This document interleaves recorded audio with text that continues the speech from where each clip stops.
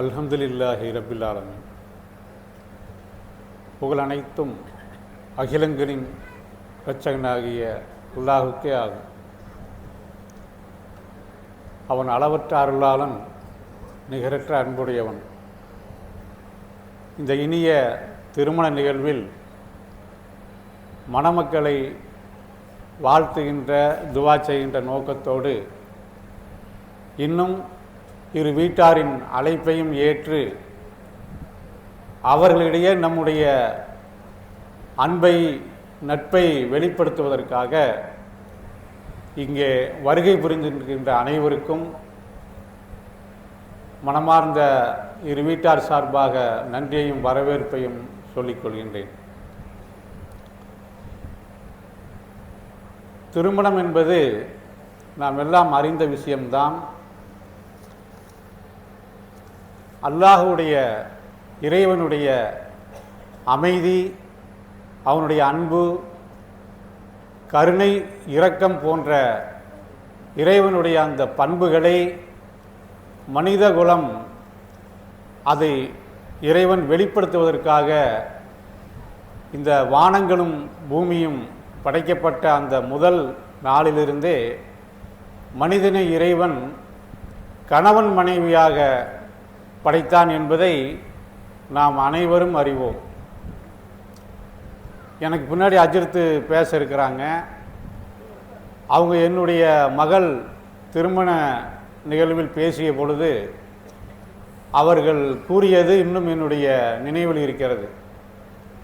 இறைவன் மனிதனை படைத்த அந்த நாளில் ஆதம் அலைஹிஸ்ஸலாம் அவர்களையும் அவ்வா அலைஹிஸ்ஸலாம் அவர்களையும் அழைத்து, நீங்கள் இருவரும் சொர்க்கத்தில் குடியிருங்கள் என்று கூறி, நீங்கள் விரும்பிய இடங்களிலெல்லாம் உண்ணுங்கள், பருகுங்கள் என்று இறைவன் கூறிய பொழுது சொர்க்க வாழ்க்கையை, கணவன் மனைவி என்கின்ற அந்த வாழ்க்கையை முதலாக இந்த பிரபஞ்சத்தில் இறைவன் துவக்குகின்றான். ஆகவே இது அளப்பரிய இந்த நோக்கம் என்பது ஆத்மாவானது, மனித உள்ளம், மனம், ஆத்மாவானது நிம்மதி அடைவதற்காகவும், அமைதி அடைவதற்காகவும், இன்னும் இறைவனுடைய அந்த அன்பையும் கருணையையும் ஒருவருக்கொருவர் வெளிப்படுத்திக் கொள்வதற்காகவும் என்கின்ற இந்த உயர்ந்த நோக்கத்திற்காகவே வானங்களையும் பூமியையும் படைத்ததாக அல்லாஹ் அறிவிக்கின்றான்.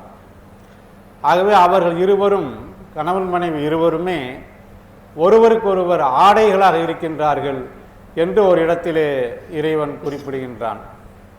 இன்னும் பல்வேறு இடங்களில் ஒருவருக்கொருவர் அவர்கள் அன்பையும் கருணையும் பரிமாறிக்கொள்ள வேண்டும், மன்னிப்பை கடைபிடிக்க வேண்டும் என்று இறைவன் வலியுறுத்துகிற எத்தனையோ ஆயத்துகள் இடம்பெற்றிருக்கின்றன.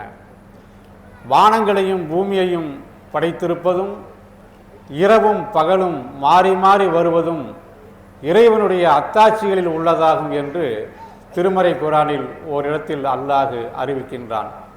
மேலும் உங்களிலே நிறங்கள் வேறுபட்டிருப்பதும், மொழிகள் மாறுபட்டிருப்பதும் இறைவனுடைய அத்தாட்சிகளில் உள்ளதாகும் என்று கூறிவிட்டு, கணவன் மனைவி உங்கள் இருவரிடையே நான் அன்பின் பிணைப்பையும் உங்களுடைய நேசத்தையும் ஏற்படுத்தி இருப்பதும் என்னுடைய அல்லாஹுடைய அத்தாட்சிகளில் உள்ளதாகும் என்று இறைவன் குறிப்பிடுகின்றான்.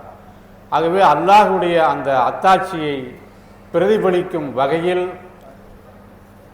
இந்த திருமண நிகழ்வில் நம்முடைய வீட்டிற்கின்ற மணமகன் எம் முகமது முஜம்மில், மணப்பெண் கே சப்ரின் ஃபாத்திமா அவர்கள் இருவரும் அல்லாஹுடைய ரஹமத்தையும், அவனுடைய அன்பையும், அவனுடைய அருளையும் பெற்று வாழ்வாங்கு வாழ வேண்டும் என்று நம் உள்ளத்தில் இதயபூர்வமாக இங்கே அவர்களுக்காக வந்திருக்கின்ற அனைவரும் அவருடைய நல்வாழ்விற்காக எல்லா வளங்களையும் நலங்களையும் பெற்று அவர்கள் வாழ வேண்டும் என்று மனமாற நாம் பிரார்த்தனை செய்ய வேண்டும். மேலும் இந்த நிகழ்ச்சியானது ஒரு நன்மையை கொண்டு துவக்கப்பட்டிருக்கின்றது.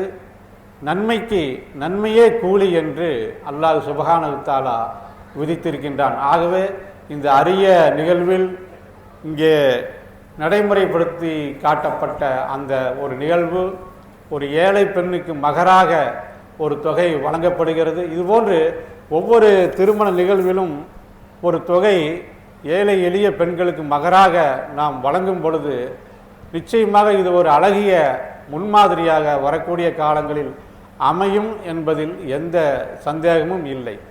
திருமறை குர்ஆனில் பல்வேறு கோணங்களில் அல்லாஹ்வுடைய வாக்குகள் இடம்பெறுகின்றன. நீங்கள் பார்த்தீங்கன்னா ஒரு ரிக்வெஸ்ட் துணியில் சில ஆயத்துகள் வரும். நீங்கள் இப்படி செய்ய மாட்டீர்களா அப்படிங்கிற கேட்குற மாதிரி இருக்கும். விதவிதமான கோணங்களில் அந்த ஆயத்துகள் இடம்பெற்றிருக்கும். ஒரு சில விஷயங்களில் கட்டளையாக அல்லாஹ்வுடைய வார்த்தைகள், இறைவனுடைய வார்த்தைகள் திருமறை குர்ஆனில் இடம்பெறும். இதை நீங்கள் செய்யுங்கள், அதாவது ஒரு கட்டளை ஆர்டரில் வரக்கூடிய சில விஷயங்களில் ஒன்று, உங்களிலே இருக்கின்ற ஏழை எளிய மூமினான ஆண்களும் பெண்களுக்கும் நீங்கள் திருமணம் செய்து வையுங்கள் என்று அல்லாஹ் கட்டளையிடுகின்றான். அது நம் மீது அவன் ஒரு கடமையாக விதித்திருக்கின்றான். ஆகவே அதையும் எம்எஸ்கே மஸ்ஜித் சேவை குழு மனதில் கொண்டு பல்வேறு சேவைகள் அல்லாஹ்வுடைய தூதருடைய வழிகாட்டுதலின்படி செய்து வந்தாலும் இந்த ஒரு விஷயமானது நாம் அதனோடு சேர்த்து கடைபிடிக்க வேண்டியதாக இருக்கின்றது.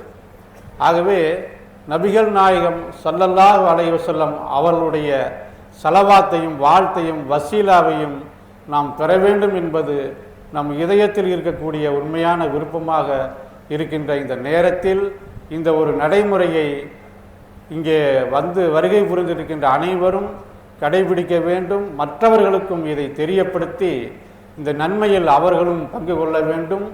நன்மைக்கு நன்மையே கூலி என்கின்ற அல்லாஹ்வுடைய அந்த வாக்கு நிச்சயமாக நம் அனைவருக்கும் நிறைவேறும். இந்த இனிய விழாவிற்கு வருகை புரிந்துள்ள நம்முடைய அனைவருடைய எண்ணங்களையும் தேவைகளையும் நோக்கங்களையும் எல்லாம் உள்ள இறைவன் நிறைவேற்றி தருவான் என்பதற்கு இந்த திருமண நிகழ்வு ஒரு சாட்சியாக இருக்கிறது. ஆகவே இந்த சாட்சியான இந்த திருமண நிகழ்வில் இங்கே வருகை புரிந்துள்ள உங்கள் அனைவருக்கும் இம்மை மறுமை வெற்றியும் எல்லா விதமான வளங்களையும் இறைவன் வழங்க வேண்டும் என்று பிரார்த்தித்து இந்த உரையை நிறைவு செய்யும்.